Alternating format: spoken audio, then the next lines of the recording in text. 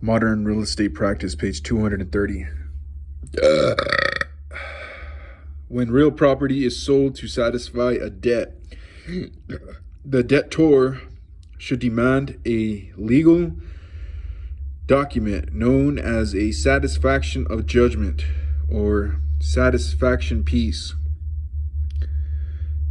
Filing the satisfaction of judgment clears the record of the lien. In those states, using a deed of trust, a deed of reconveyance must be filed with either the clerk of the court, or in some states, the recorder of deeds. Lis pendens. This is often a considerable delay between the time a lawsuit is filed and the time final judgment is rendered. When any suit that affects title to or possession of real estate is filed, a special notice known as a lis pendens is recorded. A lis pendens is not itself a lien, but rather notice of a possible future lien. Recording a lis pendens notifies prospective purchasers and lenders that there is a potential claim against the property. It also establishes a priority for the later lien. The lien is backdated to the recording date of the lis pendens. Attachment.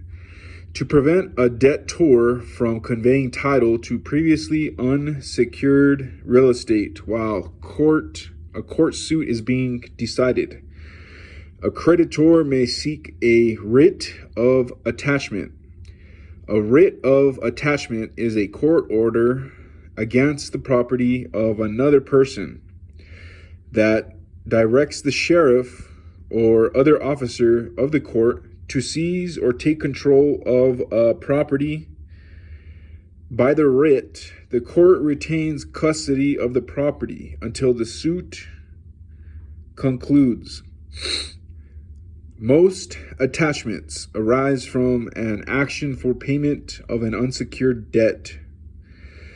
For example, a plaintiff in a lawsuit may attach a defendant's property to gain a security interest in order to foreclose the property, or to prevent the defender from disposing of property that may be needed to pay a judgment. Estate and inheritance tax liens. Federal estate taxes and state inheritance taxes, all as well as the debts of the descendants, are general, statutory, involuntary liens that encumber a deceased person's real and personal property. These taxes and debts are normally paid or cleared in probate court proceedings. Lien for municipal utilities. Municipalities often have the right to impose a specific, equitable, involuntary lien on the property for an owner who refuses to pay bills for municipal utility services. Bail bond lien. A real estate owner who is charged with a crime that will result in a trial may post a bail in the form of real estate rather than cash. The execution and recording of such a bail bond creates a specific, statutory, voluntary lien against the owner's real estate. If the accused fails to appear in court, the lien may be enforced by the sheriff or another court officer. Corporation franchise tax lien. Some governments generally levy a corporation franchise tax on corporations as a condition of allowing them to do business in the state. Such a tax is a general, statutory, involuntary lien on all real and personal property owned by the corporation. Page 231, IRS tax lien. A federal tax lien or Internal Revenue Service IRS tax lien results from a person's failure to pay any portion of federal taxes, such as income and withholding taxes. A federal tax lien is a general statutory involuntary lien on all real and personal property held by the delinquent taxpayer. Its priority, however, is based on the date of filing or recording. It does not supersede previously recorded liens. The same rules apply to most state income tax liens. Information on federal tax liens can be found at www.irs.gov. Key point review. A lien is a claim of a creditor or taxing authority against the real property of a debtor that is used as security to ensure repayment of the debt. A lien is not an ownership interest in real estate. It is an encumbrance that transfers with it, runs with the land, and lessens its value or impairs its use because it binds all successive owners until paid and clear. If a debtor defaults in payment of a debt secured by property, a lien holder can force the sale of the property or acquire title.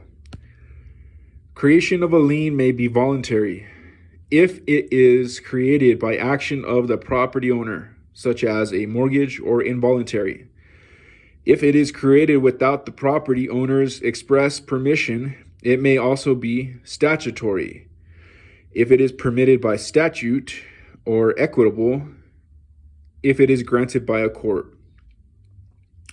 A general lien affects all of the debtor's property, both real and personal. Examples are judgments, estate and inheritance taxes, descendants' debts, corporate franchise taxes, and federal income taxes. A specific lien affects only identified property. Examples include a vendor's lien, mortgage lien, real estate tax lien, and lien for special assessments and utilities. Priority of liens determines the order in which claims will be satisfied, which means paid off. Generally, the first lien to be recorded will take priority, but real estate taxes and special assessments usually take priority over all other liens. If a junior lien is foreclosed, the property is still subject to prior liens. A subordination agreement between lien holders can be used to change the order of priority. Real estate taxes are ad valorem taxes based on the value of the property taxed. They create specific, involuntary, statutory liens that are levied by states, counties, municipalities, and school and other districts.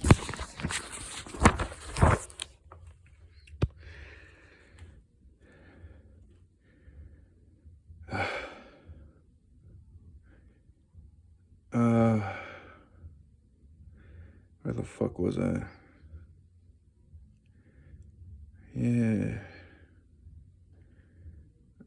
Fuck it. Real estate taxes are ad valorem. I read that. Exemptions are available for certain property uses.